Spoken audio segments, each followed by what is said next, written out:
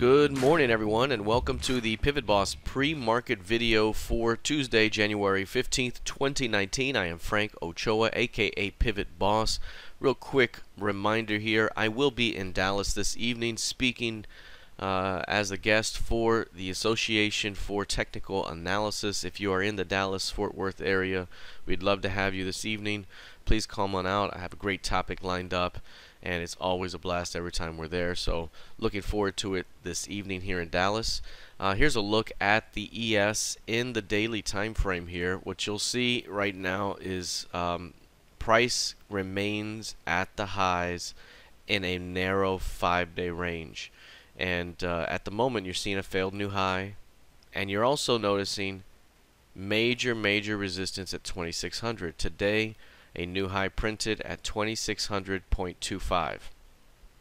Back here, a few days back, the high was 2599.5.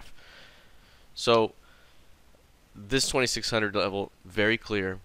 5-day range, very narrow. If we quantify that by bringing up the 5-day range here with our indicator, you'll notice it's very narrow here. Obviously, today's range is not set in stone yet, so this is a developing bar over here, but that right there is 29% of ADR if it stays anywhere within that 5-day range. So it has room to go all the way down here for today and still be very narrow for the last 5 sessions. That would suggest that we are due for a major breakout opportunity. The last time that was the case was back here when we had this narrow range and we got this move here recently. Now we have this narrow range, which is even more significant. You can definitely see it here on the histogram. And again, sometimes all of this expansion isn't seen in one direction. It may break down first and then break ultimately to the upside. And that could be pretty significant down the road. So again, that type of movement may be seen here pretty soon. We have more reports here later on in the week, I believe, including Beige Book. And so we do have definitely some things on the docket here that could lead to a little bit of volatility, and we'll see how that continues to play out. If we take a look here at the NQ, very similar behavior. Very narrow 5-day range. You can see down here on the histogram again, 29% of average. That's super narrow. And it could still move quite a bit up and quite a bit down and still be within that range. And it can even expand the range somewhat and still be very narrow and compressed and still signaling a potential breakout opportunity. This one, like the ES, has found resistance up here around 6650. And the FOMC key level there as well. And again, this is what we mentioned before. Is the market ready to retrade back into this distribution, or is it going to reject that distribution and try lower by some degree? And that's the question we got to get answered there. And so this narrow range again provides an opportunity to watch for expansion very soon. Since it is a 5-day range, I would say a big 3 to 5-day move could be ahead, one way or another. It could be up, down, it could be whichever way. We will see. I think given the current direction, it could be down and then up for a try higher, and that could release quite a bit of energy, very similar to what we saw right here, where this narrow range kind of broke down first and rallied.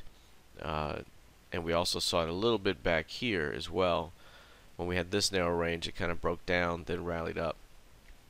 So again, we have some expansion potential in both the ES and the NQ.